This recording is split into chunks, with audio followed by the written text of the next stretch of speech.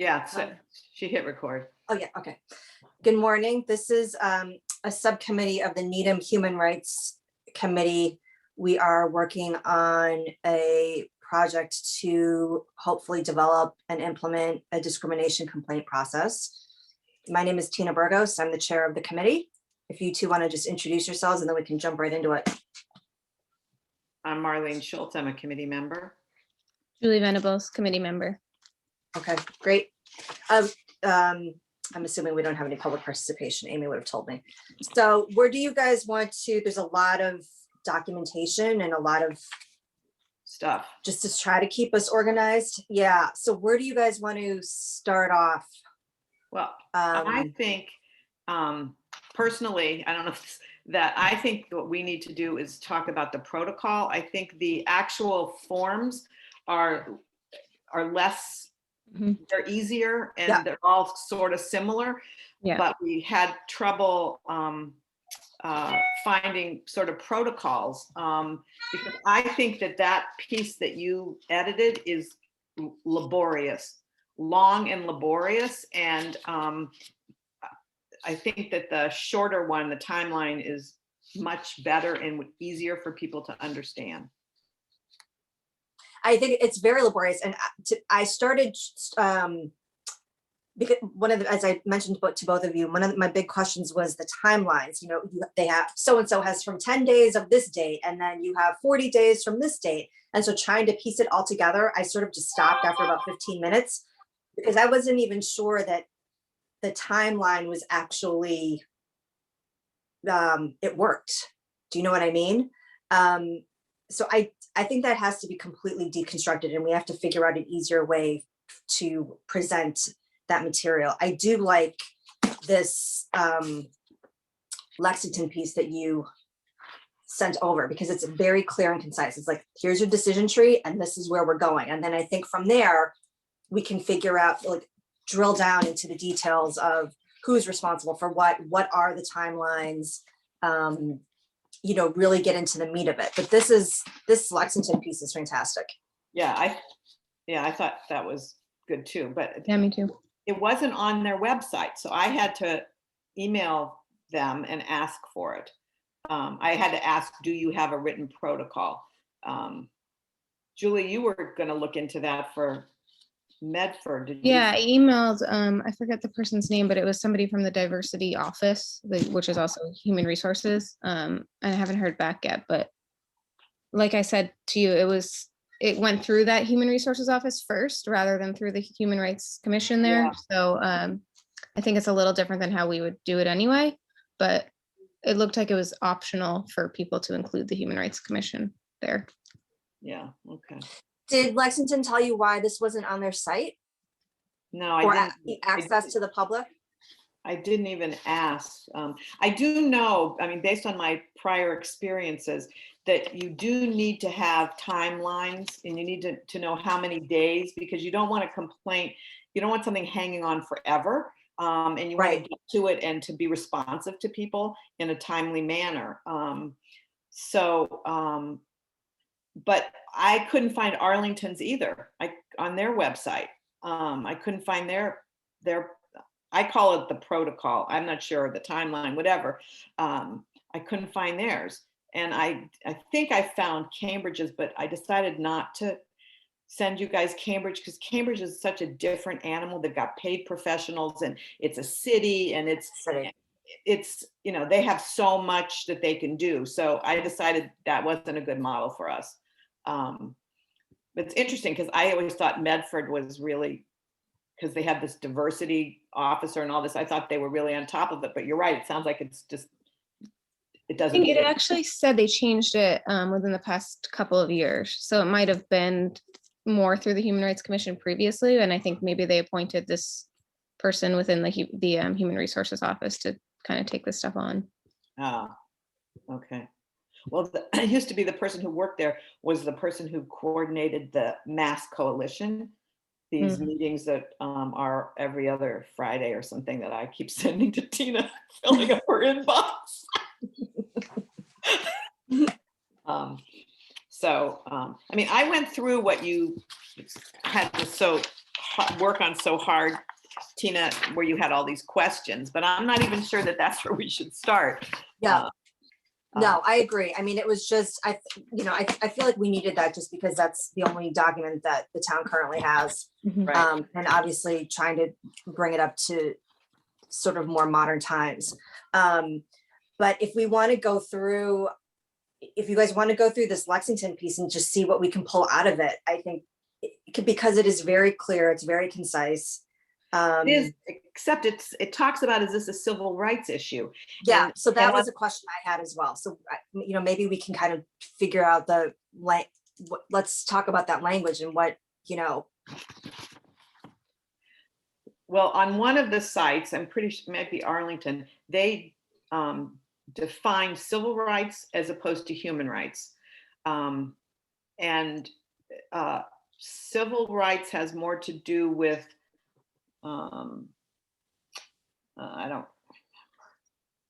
civil rights is more like governmental, whereas human rights is more based on the UN Declaration of Human Rights and all of those protected classes, which is civil rights, I think, is more like your legal, I'm sorry, I'm not being articulate. No, I understand what you're That saying. makes sense, yeah. But I agree. I mean, I like this. I think the Lexington thing is the way we should start. Yeah, I agree. And we can define even within it, like what kinds of issues will fall into this Okay, process. so do we want to sort of swap out human rights for civil rights? I think I so. mean, civil rights, yeah, we want to change that to human rights, Yeah, correct? I think that makes Yeah. sense. And then even if we're presenting this to the select board, we'd want to have very specific definition of what that means. Well, I think even for a complainant, they need. Yeah, to know. yeah. The Yep. other thing that I thought was really interesting in Arlington, when I looked at it, said, if you don't want to file a formal complaint, but you just want to talk to somebody, please just contact here, which I thought. Okay, I'm was gonna write that down because I feel like that is important as well. Definitely. Because we, There was, it says you may request to speak confidentially with a commissioner before filing a complaint. So it says, because we are an official body, all correspondence with the Arlington Human Rights Commission is public. However, you may request to speak with someone before filing. And then they give a phone number and an email and an address Okay, and a contact form. So, I think Right, so- most of them, at least I know Medford did, and I think a couple of the other forms said, what kind of remedy are you seeking? And Yeah. that could be, a conversation could be one of the choices under there. It could be like, I want an investigation, I want to talk to somebody, I want to file a police report, whatever we decide the choices are. But maybe that all gets rolled up into what outcome are you looking for? right. I mean, Okay. we also don't have to do it as a flow chart. We could do it the way the old Needham, where is that list? That sort of timeline list, yep, which I think is clear. I mean, I don't know that we have to, where is that? I know I printed that out. I'm sitting here with a million pieces of I know, paper. I'm trying to sort through like the emails and the printouts and stuff. It fell on the floor. That's where it is. Yeah, like outreach and complaint resolution Yeah. program time. I wouldn't just call it timeline. I mean, I think I would make it a, what does Lexington call it? They call it an interesting complaint concern process in Lexington. complaint and concern. Yeah, I don't know if that, I don't know if I like concern. I think, No, I don't know if I do either. but, I think Medford said grievance on part of their, oh, which really? I don't know if we like that either, but lots of different words.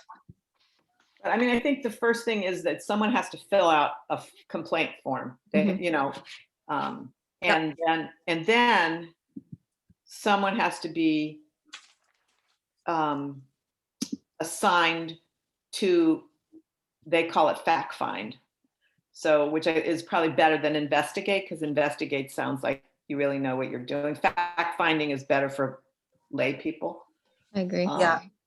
To figure out, I mean, that's a lot of what we've done in the past is fact finding. I mean, I just did that. I'm going to report on it on Thursday. I just did that with. So can I ask you, what is because I've never done this before, what is the process of fact, like how do you, once you get the form or once you get the complaint, Then you what is call, the process of fact finding? you call the person and you say, you know. The complainant or the person or No, persons that, No, the person who's filed the complaint, you contact that person and you get more information and you say, you know, I'm from the Human Rights Committee and we got your complaint and I just like to talk to you about it. And okay, and I have been assigned as your fact finder or your point person or whatever we want to call it.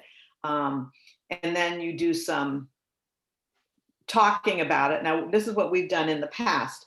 And then you say, I'm going to bring it to the committee, because then you want the whole committee, unless we decide we don't want to do it that way, to say, is this a human rights issue? So you don't go to the person that did the discrimination. You decide. So, for example, again, I talked about the guy with the mental health issue. He was not discriminated against because of his mental health problems. He thought he was. He was, and what I did was I talked to him. He wrote me a 30-page letter. He was filing the complaint against the Center at the Heights. I contacted Center at the Heights. He was in a writing group, and his writing was lewd and made everyone uncomfortable in the group. So they told him he could no longer be in the group. And he said it was because of his mental illness that he was being discriminated against, and that he was inappropriate. He had inappropriate behavior, so it was not a human rights thing, and we had to tell him that. And then it turned out that he didn't live in Needham, but I guess you don't have to be a Needham resident to do that. Turned out he had been denied access to other senior groups because of his behavior.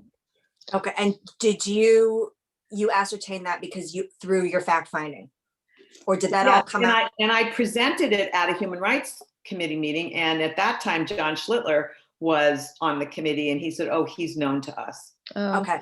So he was known to the police. That he wasn't violent or dangerous, and I started to get a little nervous because he mailed this thing to my house. Yeah. And I thought, ooh, you know, you don't want anybody knowing. Right. Exact. I mean, obviously they could find me in the phone book, but so then I went back to him and I guess I must have put it in writing. You know, we're sorry you're having this, but we determined this is not within the purview of the Human Rights Committee. It's not a human rights issue. That, you know, so that was that one. Okay. Okay. So then if it's determined that it is something that the HRC should move forward with once there's a discussion. Okay. So can I just back that up a little bit? You had mentioned bring the complaint to the committee or maybe not. So do some groups, does the entire committee discuss, or are there some groups where it's a smaller subset of people who really only handle these complaints, and 3 or 4 of the members of the HRC are responsible for determining whether or not it's a human rights issue? Well, in all the groups I've been in, it was pretty much the whole committee that decided.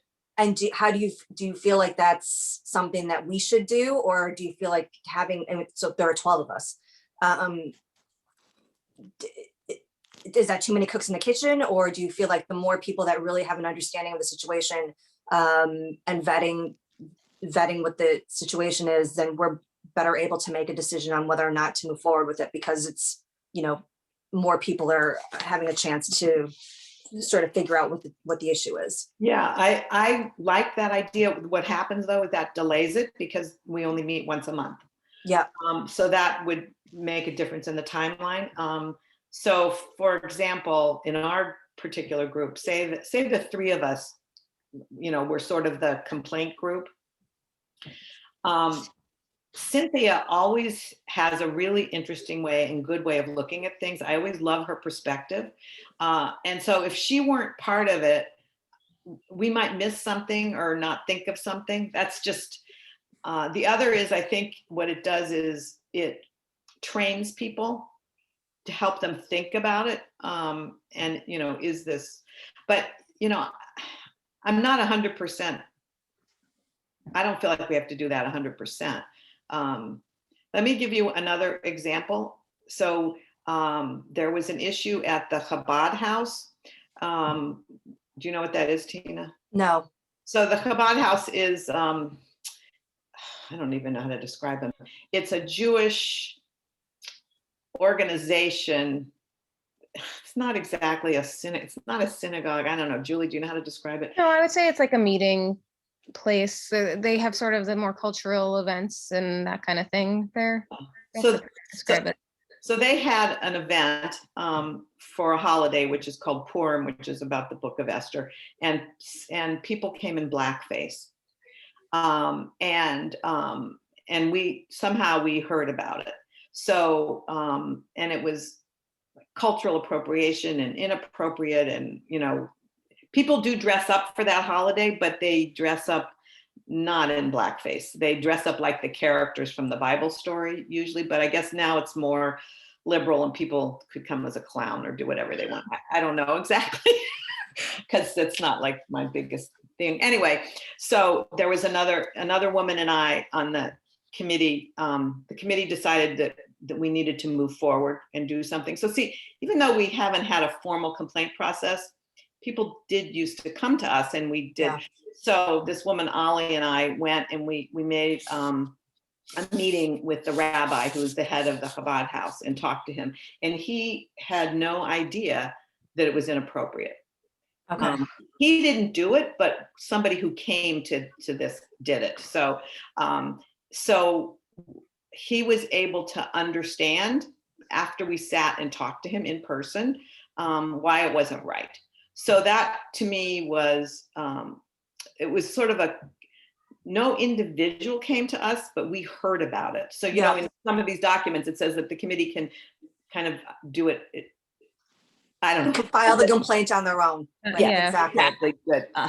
My brain's kind of fried so much. So then maybe we, because of the timing issue, maybe it's a case by case where we decide. Yeah.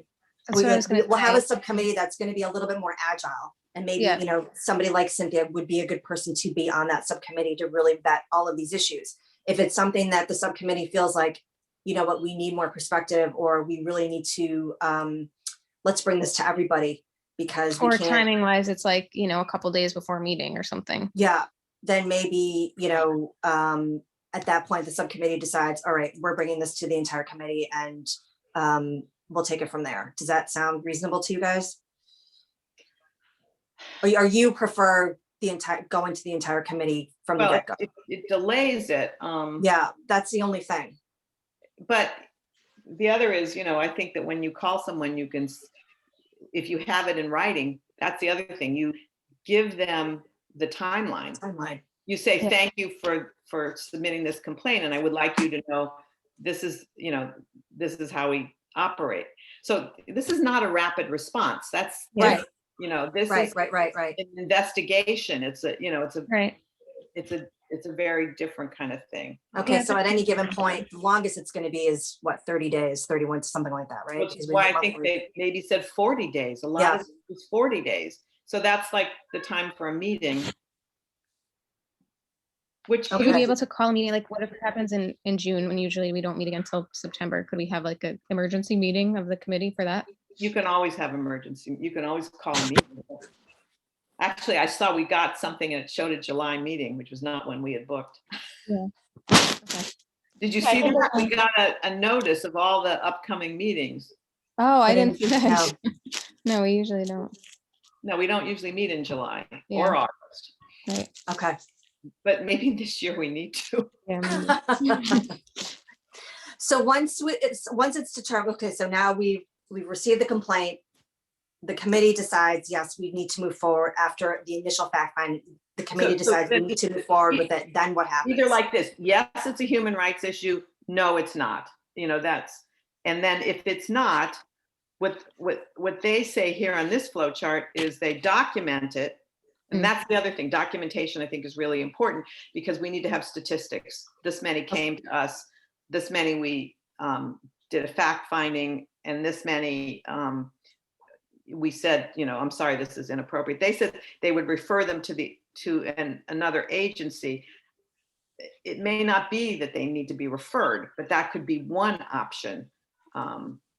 They might just need counseling. Who knows? Yeah, if we have a list of like, you can talk to X, Y, or Z about this, and counseling or police or whatever, and then it's kind of up to them from there. If it's police, it's probably. Yeah, that would be, yeah, that's true. That would be a yes. Yeah, probably. But, if it's, I don't know. Okay. So if it's yes, So then yes, then you. again, so you continue with the investigation and the resolution. So is that Right. then where we have, so in the current document as it stands, it's a handful of fact finders, 2 to 3. Out of either, so this is again, according to the Needham one, 2 to 3 out of the HRC who are obviously properly trained. If there are no people, none of the members are either trained, equipped, available, whatever, then we pull from resources from the town or associates. So then is that when we kind of sort of narrow it down and it now, is that where we a smaller subcommittee or a smaller group of people handles the resolution? Yes. Okay. Within your experience with other HRCs, typically how many people are involved with that smaller group? Does it rotate out? Like in the Arlington group, right? Are they quarterly or something like that? Is that what he said? I think he said once a month. Once a month, right? Okay, so every month there are different people that take on the responsibility. Yeah, they changed the process since I was there, but they do have these different groups. So if it's a school, there's somebody who's sort of the school liaison. So if it was a school related thing, that would be that person plus someone else would volunteer. I'll work on that. If it was a housing thing, it might be someone else. If it was an employment issue, we could take a look at actually, I left their website open. Let me see if I can get into it. I think, where is it?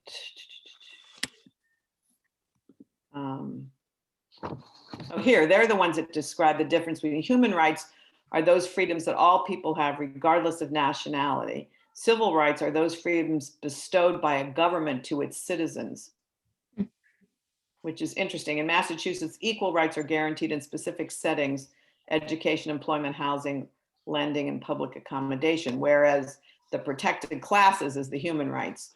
And I saw that you added gender identification. Yeah, so they have current federal classes include race, religion, color, sex, sexual orientation, disability, familial status, and national origin. In Massachusetts, which has its own codified series of protected classes in law, sexual orientation includes people who are transgender. Okay. So wait, I wanted to see their committees. Wait a minute. They call them working groups, and those are. So it says, in order to facilitate and develop, we break our efforts down into smaller working groups. 4 primary working groups: outreach, which builds relationships with all other town and community groups; communications, works on developing digital properties and online resources; events, programming and learning opportunities; schools, interfaces with school committee, district and parent groups; governance to ensure the town's bylaws and rules are accurately reflected; and special project-specific working groups. So anyway, I don't know if that was helpful, but Okay. so that's a lot of groups. Mhm. So I don't know if that's what we want to do. We have actually, Jen used to try to get us to kind of go into these little groups, have subcommittees. And sometimes our subcommittees would actually meet like at 7 before the regular meeting, which was, I thought, good. So we used to call the meetings at 7. So in case there was a subcommittee meeting, then, we could do that. So, I mean, that's another possibility. So that could be because I don't think this complaint process, this is not public. Right. So you were mentioning within, depending on what the complaint is, whether it relates to school, housing, employment, lending, those representatives come out of the HRC. Plus there's another liaison. Well, there could be, but I mean, we're not really structured that way. If we were structured that way. Okay. But regardless, it would be some form of a subcommittee that would handle sort of now drilling deeper into, once we've decided, yes, this is a go, we need to move forward with this. Right. Yes. Okay. The other question I had based on the Needham document is, how do you decide whether or not it goes to a fact finder versus a mediator? Because those were two specific tracks of action according to the Needham document. Well, after fact finding, then you have to decide, once you have the facts, then what? Okay, so you've heard from both sides, right? You've heard from both parties, the person who is filing the complaint, and then hopefully you've been able to talk to the person, what's it called? The person who's respondent, I think is what they're calling it. Respondent. Yeah, they call it mediation. So if you look here, it says complaint settled through conciliation, which is different. A little bit, it's different than mediation. I don't think we're prepared to do mediation. So conciliation is where you try to get depending on the issue, the parties in the same room to talk to each other. And you have someone there to facilitate that. So I was trained in conciliation and I did a number of those. Actually, when I was in Cambridge. Mediation to me that's much more legal, and that I don't think that's what we want to do. think we want to do conciliation. I mean, we want to find out what it is the complainant wants. Mm-hmm. And then, if the respondent agrees, then, maybe. So for example, we had a case when I was in Cambridge of a trans woman who was fired, she felt, because she was trans. Because when she started there, she was a man, and then she transitioned. And the boss, the employer, said that her, what's it called? She didn't fulfill her duties in the way as an employee and that it had nothing to do with trans. So that was kind of a hard thing. So we asked her what it was she wanted. She disagreed. She thought that she had still kept up with what she needed to do, and she wanted acknowledgement that she was a good worker, and she wanted to continue to stay there, but the least that she wanted was to have a good letter of recommendation so she could go somewhere else. And I don't actually remember exactly what happened, to tell you the truth. I remember sitting in the room with her, and I was there, and then this employer was there. And we met like in this town hall kind of a meeting room. I can't, and then you have to write up whatever the conciliation. And if you can't come to a determination, then you refer them to MCAD or something, Mass Commission Against Discrimination or something else like that. Okay. I don't know if that's helpful. That's too much. No, it's very helpful. Yeah, because we're just trying to figure out how this is all Yeah, all it's the a different- adventure. Right. Refer to another agency or refer to another resource. So if it's determined that mediation is indeed required, then we just need to figure out a bank of resources, right? Where we can refer people. I think. Yeah. So I mean, if you look on that original timeline, yeah. So it says on number 8, complaint settled through conciliation, and then the next one, parties assigned to mediation. So that means if they can't settle it through conciliation, then they go to mediation. Okay.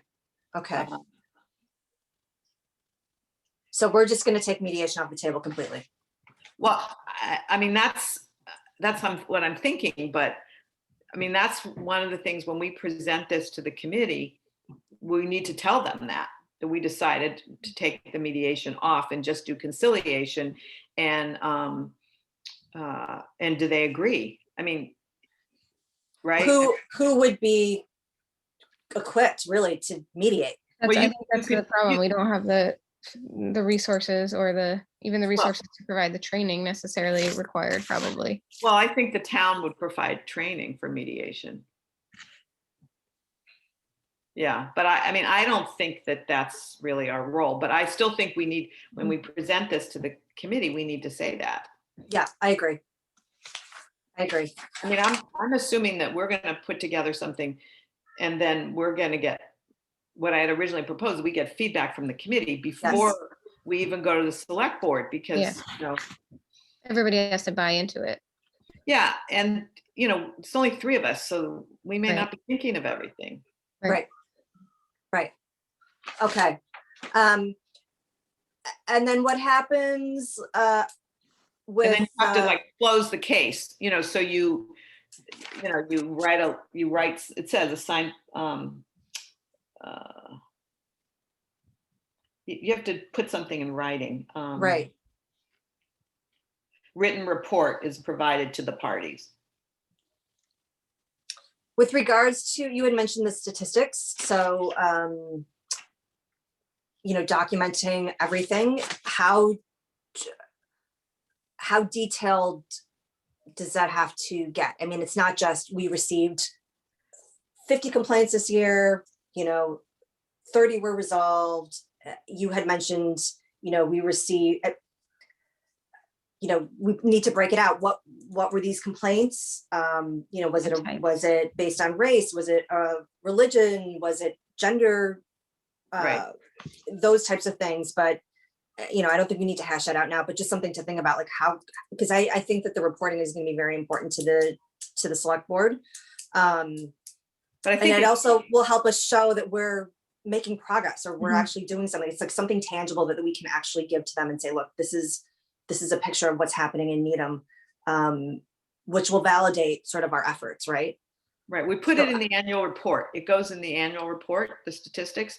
And I think it's very simple to just say, yes, we got this many complaints, and we this many we determined were human rights. This many were not human rights. This many were resolved through conciliation, and this many went to were referred out for mediation or other agencies, something like that. Okay. I mean, I think doesn't have to be, could be a chart, Yeah.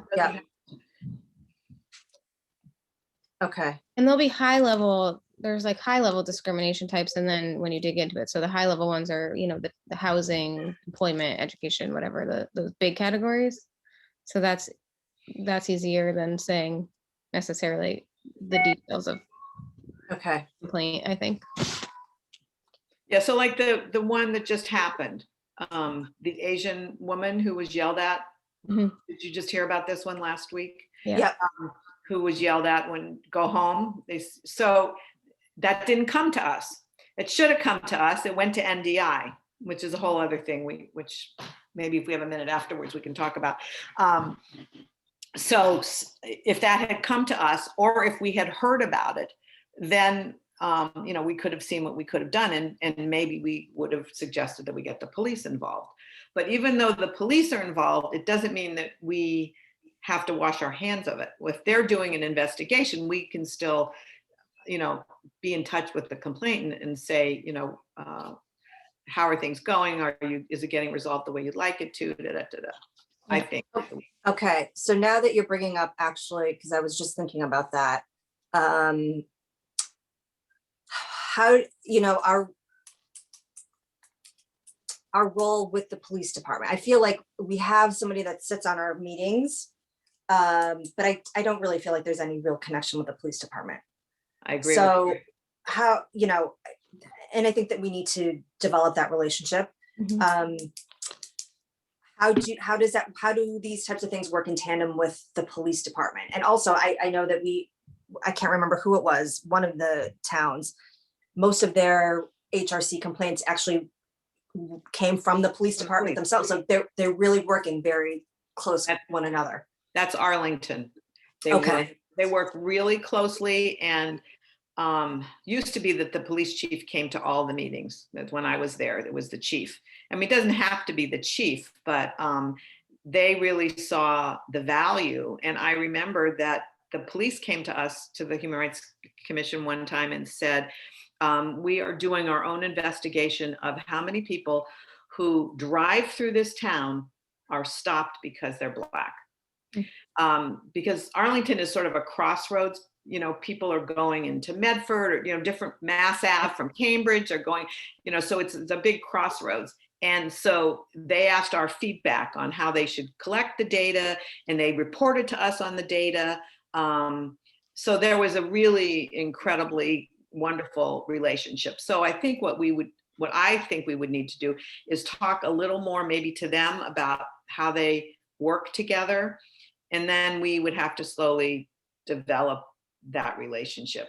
I mean, just by like referring these cases and having those conversations, that should theoretically sort of help build that rapport a little bit, right?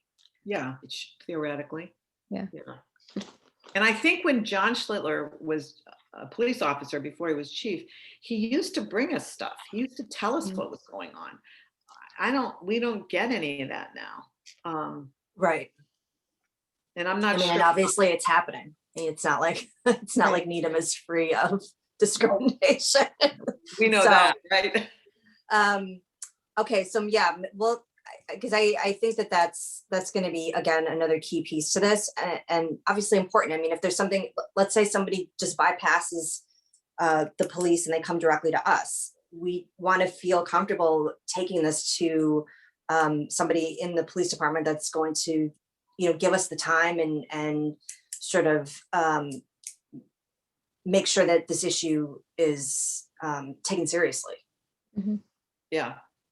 Okay, so I'm going to, with regards to that then, I will do a little bit more digging, probably with Kate Fitzpatrick, about, you know, who she thinks may be a good resource for us in the department. And then Marlene or Julie, if one of you wants to just get a little bit more information from Arlington to see how they develop those relationships and how they work together.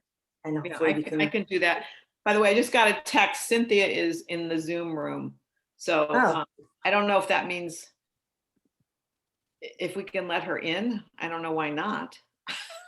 Yeah, why not? Amy, can you let her in? Can you repeat that again?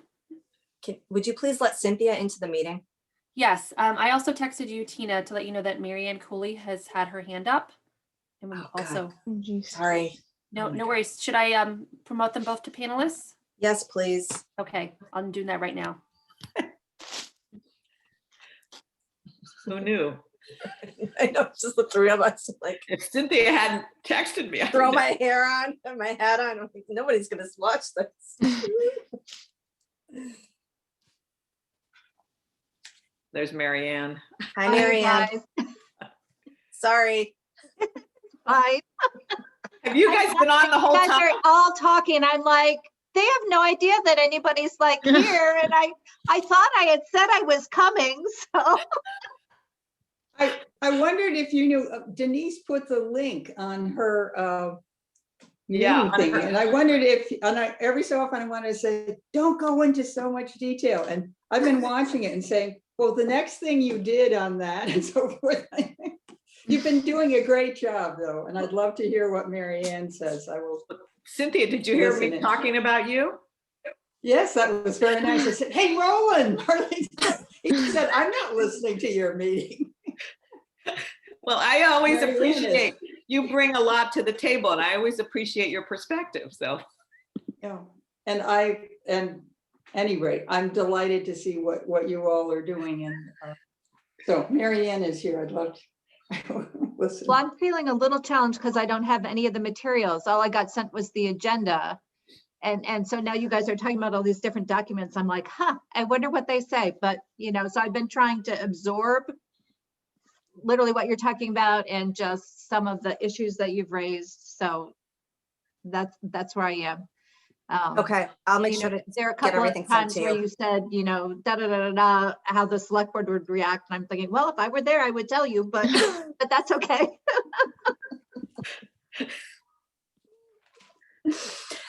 Right now, we're going through a process flow chart because the current document as it stands, which I typed up and just added some notes.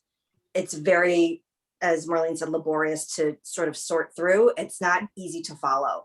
So she was able, what we've been doing is researching other towns and how they handle the discrimination process. One of the documents that Marlene found was a process flow chart from, is this Lexington? Yeah, Lexington. And it's just a very easy visual to follow. And so we're sort of adopting, not adopting, but we're going through this to see what we like and what we don't like out of it so that we can develop our own process flow chart to bring to the committee and then ultimately bring to you guys. Because there are a lot of decision trees that kind of happen along the way. So, but the old document is not in use. It was when the charge was changed, I can't remember the year, we no longer were allowed to hear complaints. And I remember Kate Fitzpatrick, mentioned that. So originally when we started this, the Human Rights Committee was started with the Chief of Police and Miriam Cronish as the two chairs. So it was a very tight relationship with the chief. And Miriam was at that time the principal of the Elliott School. And we used to hear complaints. So, but then I don't know why, because I was no longer on, I was on the committee in the beginning, but I was no longer on because I had moved for a while. And I don't know when that changed, but this process that Tina is referring to is the old document that was in our historical files. So we kind of went with that to start with. That is fascinating. I had never heard that history before, Marlene. So it's really interesting. I'm glad you shared that. I will have to ask some more questions. It was started because around fair housing.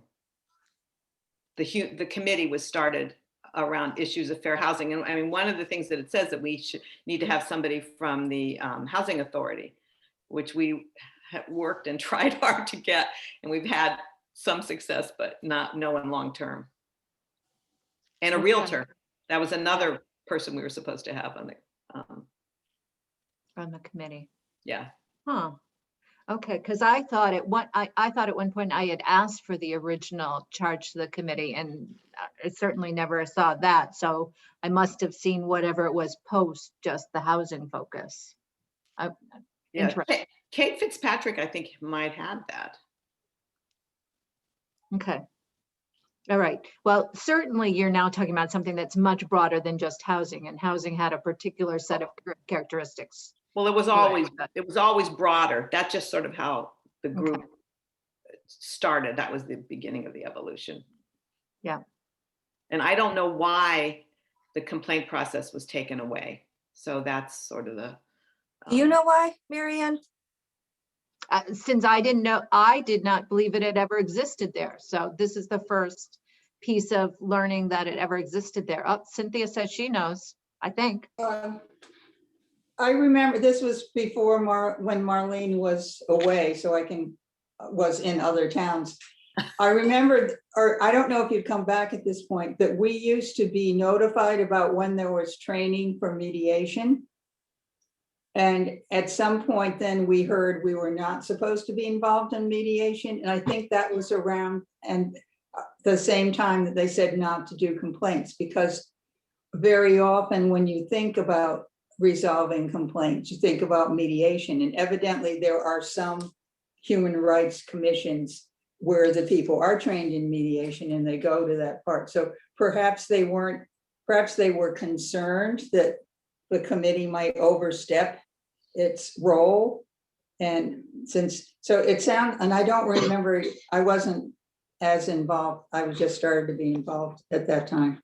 So I think the Arlington, by the way, the Arlington model, and if people get a chance to read that very lengthy description I did of what their process is, I think they thought through a lot of those things. At what point, where complaints come from, at what point they're handled as a one-on-one kind of thing, at what point they involve other people, at what point they refer for legal support.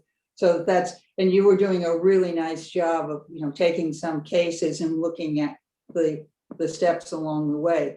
But I think that may have been part of, there might have been something that happened, some legal kind of thing of overstepping. But I think that's where it happened. So as it stands, I mean, we've just been discussing, Marlene was saying, maybe there's a difference between conciliation and mediation. Maybe we take mediation out of it. I mean, Marianne, how do you feel about that? So I certainly agree that if you're going to be involved in mediation, you need to have the proper training for that. And I think I would also say that I think training for mediation has evolved over the years, and it's now a very specific set of training, and you would be a certified, mediator at the end of it, blah, blah, blah. What I don't fully understand, and one of the questions I took away from this discussion, is understanding the line and what the differences are between conciliation and mediation. And I think I would like to have a clearer understanding of that before being able to make a decision about what's the best level of qualification or certification for people who are acting on this subcommittee. And I guess the real question is, what permits you to resolve issues in the best manner possible?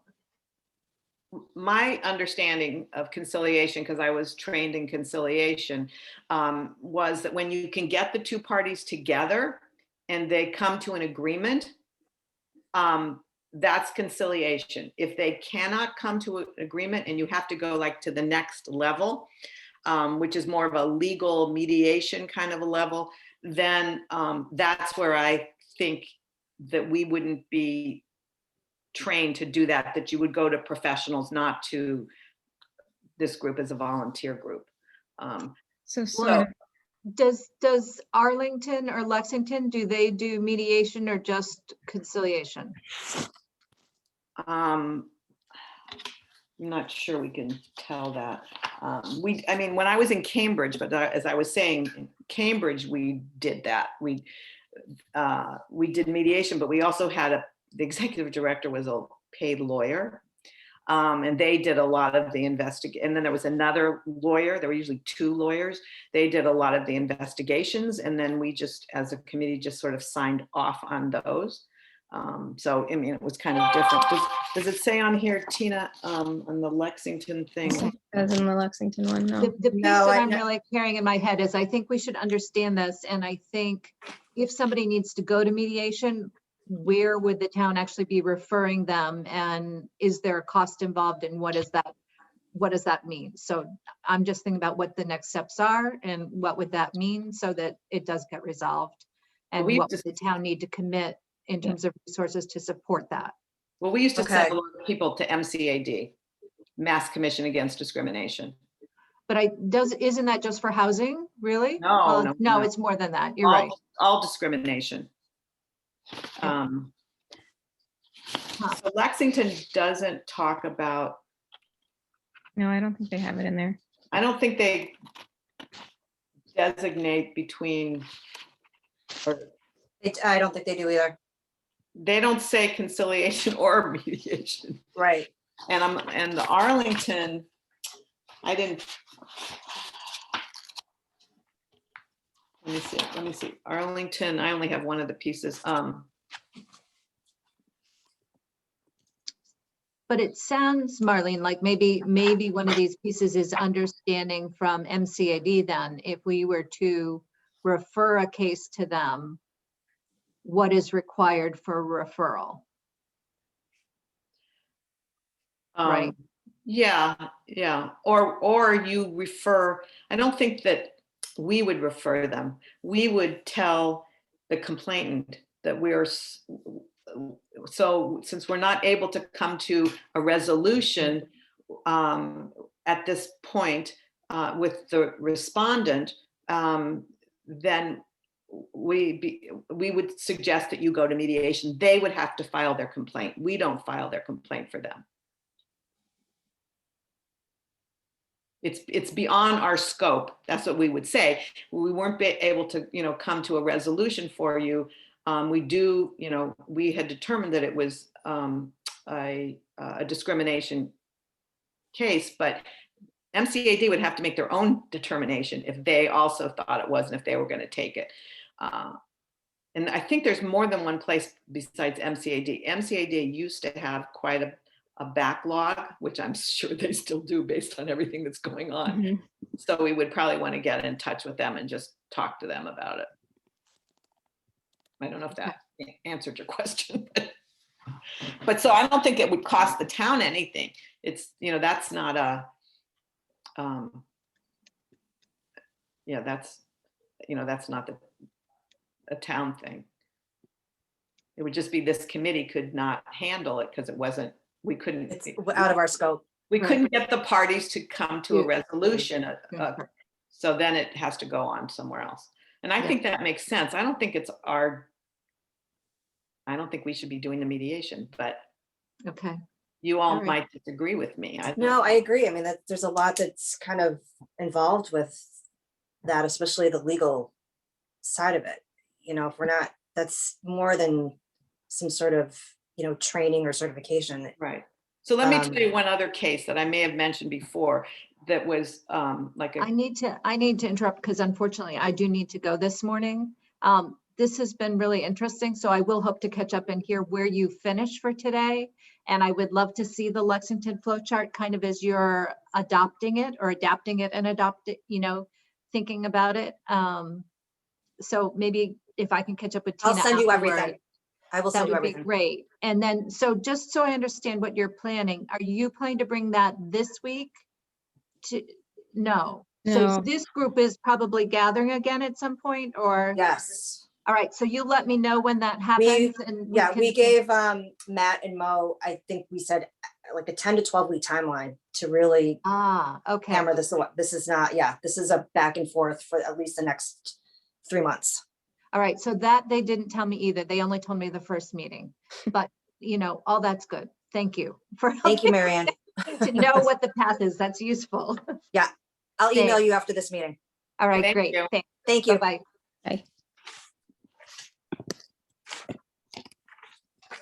Sorry, Marlene, what was your? Well, I don't know if it's helpful, but I just wanted to just talk to you about one other case that that I think I may have mentioned before. Cynthia's probably definitely heard it, but there was a case where in Arlington that I also worked on where a group of gay and lesbian parents wanted to have a social meeting, and they wanted to publicize through the school newsletters. And they were told that they couldn't do it. So they came to the Human Rights Committee and they said, we are being discriminated against because we're gay. I mean, all they wanted to do was have a social thing. So what happened was I went with one other person and we talked to the principal of the school, and then we went to the superintendent. And then what it turned out is that every person would want to publicize their events through the school. The school had specific areas that it had to be school related, not separate from school. So it wasn't that they were being discriminated against. They were using the wrong vehicle.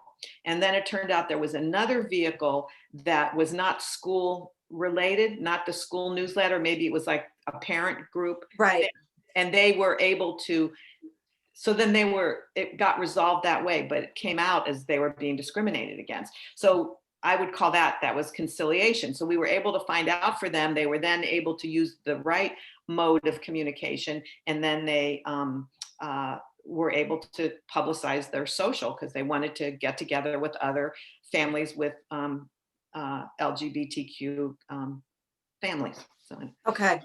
Have you ever run into an incident where the respondent does not respond at all? And how do you provide anything for the complainant?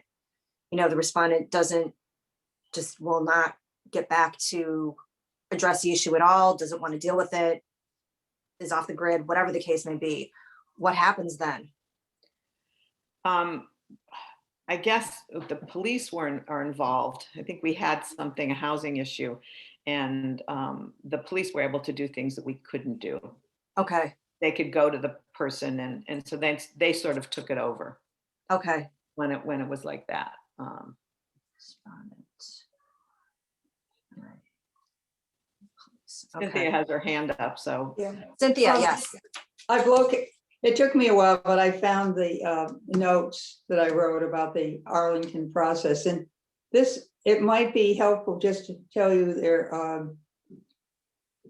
kind of a flow thing of their guiding principles: responsive, which I think you've talked about, the individual meeting, and empathy, and respect what the complainants want. Sometimes just being heard is what the person wants. And at that stage, you're having, you find out from them how much privacy they want. And this is why it's got to be probably 2 people is ideal, because if you have one person meeting with somebody, if it goes bad, then who said what and so forth, it's better to have at least 2. Also, you're checking each other and your own hidden biases as you're working on that. We were What kind trying of 2 or 3. We were, but I think 2 Yeah. is probably enough. Well, maybe you have a pool of people because it's hard to find times for people to meet. Then the outcome, what the complainant wants. Then at that point, you connect them to resources and professional help sometimes, including public safety, health and wellness, legal. And then you talked about tracking the incidents and the outcome. The goals are having them heard, investigate, and connect to people who can help them. Part of the investigation, as you said, the first part is the complainant saying what's going on. And we have had several situations where people wrote what was happening.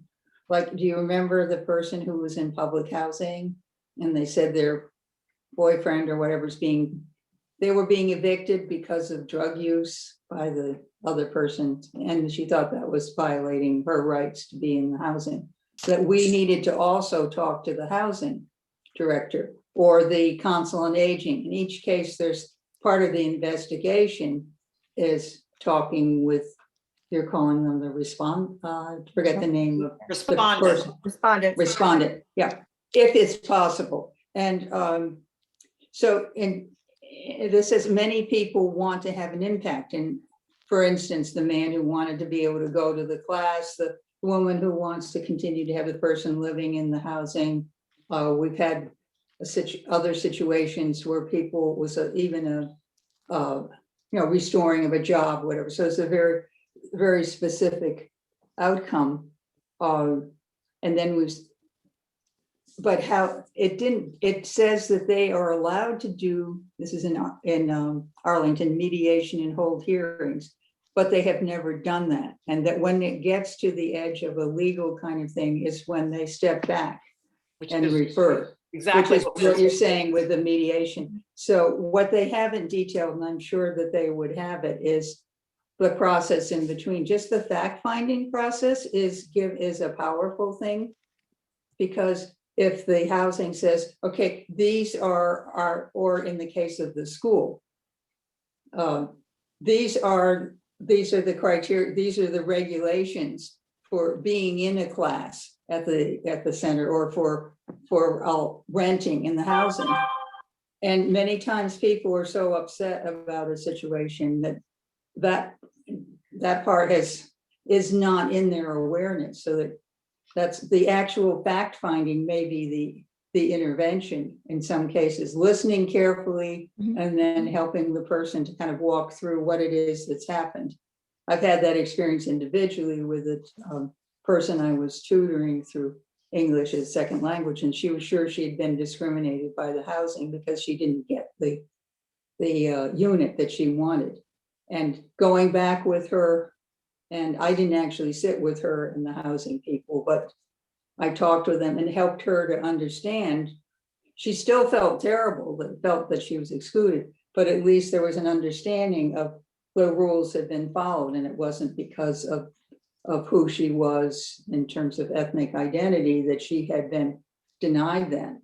Now, if a person then is still upset about what happened, that's where there are other resources, or they really want to go to another program. And so there's it connects in not just with the police, which is where Arlington got most of their cases were referred from the police. But it can come from anywhere in the community. So I think that it's an important part of the interconnection we have in a community to have this availability. And the conciliation was not specifically mentioned, but that's the fact you had training around that. I think that anybody, I think they said that there was training for all of the commissioners. It was on a rotating basis. They all had training, including legal training, because you have to know when to identify that something goes beyond your scope. What was the training like, Marlene? It was so long ago. It was just sort of helping you ask the right questions and listening to the people, and then how to kind of bring the two together. And it's really pretty much of a listening session. And I think that in the beginning, I worked with someone who was more experienced. So we would put like a more experienced person for conciliation with someone who was less experienced. And then afterwards we would talk about what we were going to do before, then we would debrief after. So that's a good way, even though you've had a training, if you're actually working with someone who's done this before, it makes it much easier, which is the reason that when we got that recent, I don't know, we won't call it a complaint, that recent request, I took it because I knew that I knew how to do it. I mean, not that somebody else couldn't have, but so I actually think the model of having someone who's experienced, even if someone's been trained to work with someone who hasn't done it before, gives the novice much more Confident. much more confidence. Yes, exactly. I mean, not that the experienced person's going to do it all right. You know, we all make mistakes. I mean, like, you know, somebody reached for a taser when they should have. I mean, Yes, gun. When it should have been a taser. Yeah. How does that happen? Oh my God. Sorry. No, I know. It's terrible. It's awful. Oh, horrible.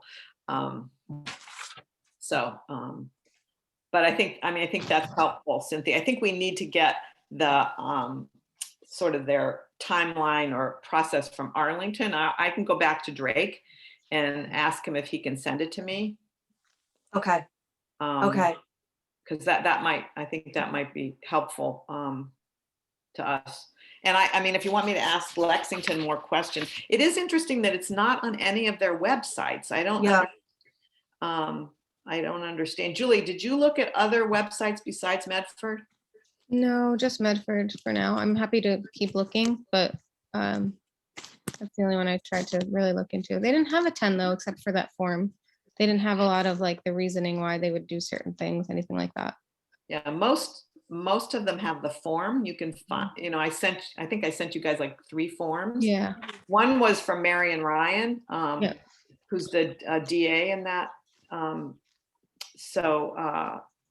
But the form is, you know, that's the easy part. It is the easy part. It's the easy part. It's sort of how do we process this? And I know when Tina, you were asked all those questions about how long and all of that. And I think that's all really important. And I noticed that on the Needham, the old one, it said 40 working days, the complaint filed. And it's interesting because in one place it said, oh, in Arlington, to file a complaint, you must submit within 4 months of the recent discriminatory act. I think the Cambridge complaint forms is something like 180 days from when the event or the act took place, something like that. So it's all So- over the board. Yeah, it's all over the board, and we have to think about the reality. And if in fact we don't meet in the summer, you know, do we have to put that into it, or are we going to be meeting in the summer? And the other thing that I noticed in all of this, in the piece that you retyped, which must have taken you forever, the original complaint, it says co-chairs. The whole thing says co-chairs, which I thought was really interesting because we never used to have well, initially, I guess it was co-chairs. I guess it was Miriam Cronish and the chief, who I'm blanking on what his name was. And then it was just a chair. And then when I came in, I was chair, but I said I would only do it if I was a co-chair. I don't know if you remember that, Cynthia. And then Sandra came on with me, and then she dropped off, and then Amelia came on with me. So then we had sort of this co-chair model. So I mean, I don't want our language to limit us in any way. No, I agree. Mhm. And I mean, I would put chair in parentheses, Co-chairs, yeah. because so that if we have one chair or we have co-chairs, you know, that kind of thing. Okay. Yeah, Yeah. what you can do about the summer is, following some of the ideas from the Arlington model, a lot of those things were resolved or heard, whatever, within the two people who met with the complainant. Right. Not generally, there were reports at some point to the larger commission, but it didn't require their meeting in order to make a determination and to go forward.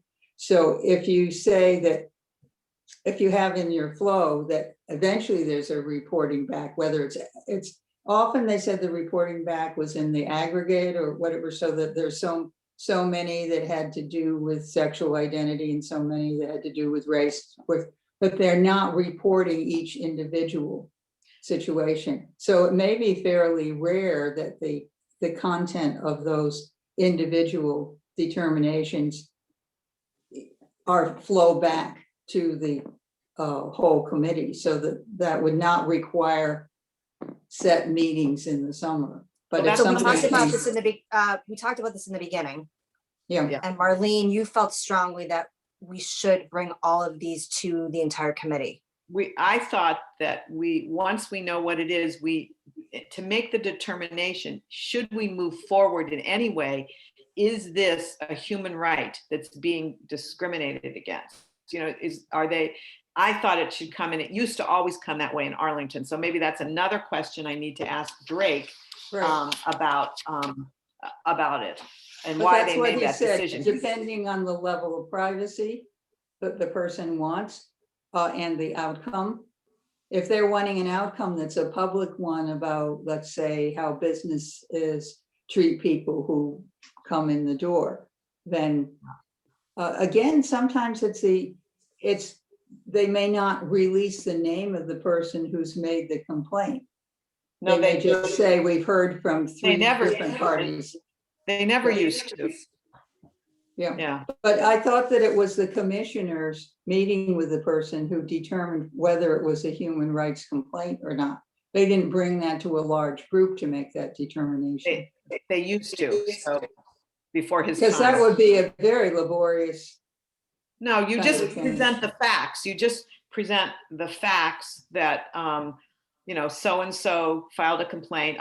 They said that, you know, I Okay. followed up with them and they said that they were denied housing because they had children. And so that's illegal. You can't deny housing. Right. And so it would be easy to bring it to the committee and the committee would say yes, but there could be a gray area. And I think, you know, sometimes the gray areas are the microaggressions. Yeah. Mhm. You know, Yeah, that- they let us in, but we didn't get to have this or that, and, yeah, so. Yeah, so, I mean, maybe I'm wrong. I'm just, that's why we have a committee to do this. I don't want to make all these decisions. No, and I think that Yeah, we should, I mean, but it's helpful to look- know how it's worked. yeah.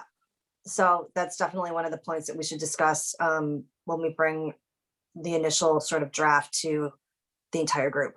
I have that starred here.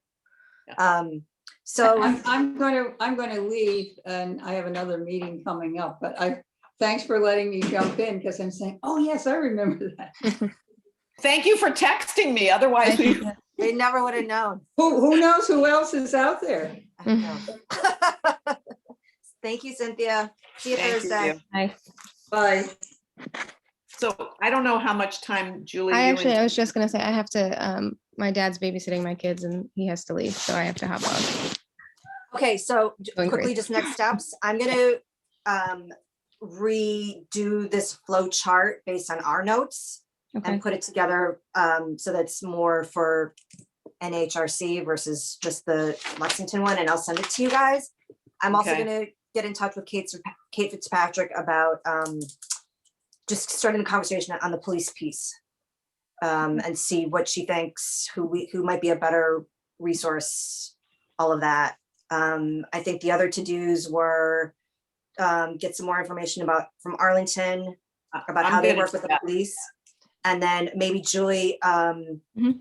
if you can drill down deeper into some of the timelines. yeah, I can look for other, not just forms, but other sort of like protocols and see if I can find a little more information on that stuff.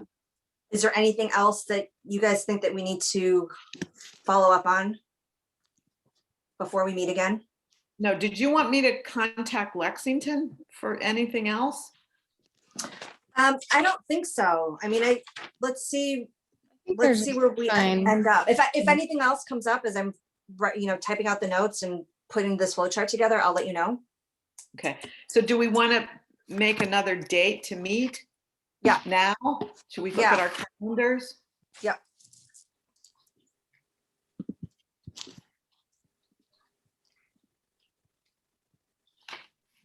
How many weeks? You guys tell me how, like a week and a half, 2 weeks. Fine. Today, this is the 2 weeks is the 27th. Yeah. Does that give everybody enough time? Does it give think you so. enough time? Yeah. That's plenty of time for me. Is this good? 10 Yeah. o'clock on Tuesday? Julie, is that good with you? Yeah, if there's any, any way you guys could do more of a lunchtime thing, I only would have one kid to deal with because one would be napping, so that would be a little easier for me, but otherwise I can make this work too. Like a Noon 12 or 1? Yeah, one would be Yeah. good. That's, Not good. I have to leave right at 1 on the 27th. I guess I could do it from 12 to 1. Is that Yeah, okay? And if it's not, we I can't go over at Okay. all. Okay, let's do that. And I'll, okay, that's great. If anything changes, just let me know. Okay. All right, great. Okay, and then I'll email Marianne all the information as well, just so she can help, it's good to have her, at least one person that from the Yeah, SB sure. that can give us some feedback. Yeah, is that the plan that she's gonna I mean, I sent I emailed all of them just to say, I know it's election day, but we're starting this process. I know that, Matt had mentioned, keep us in the loop constantly, so you guys aren't spinning your wheels, and then we go back to you 3 months later and say, this is not at all what we are going to sign off on. You have to start all over again. So I'm just keeping the lines of communication open with them. Whoever jumped on, they jumped on, and it just happened to be Marianne. That's great. So I'm gonna keep communicating with her. She's on Newari too, so I feel like it's a good synergy. Yeah, Definitely. okay, great. Okay, All right, thanks. Thank See you you. guys I'll see you guys Thursday. Thursday. Thanks. Okay, Bye. Bye.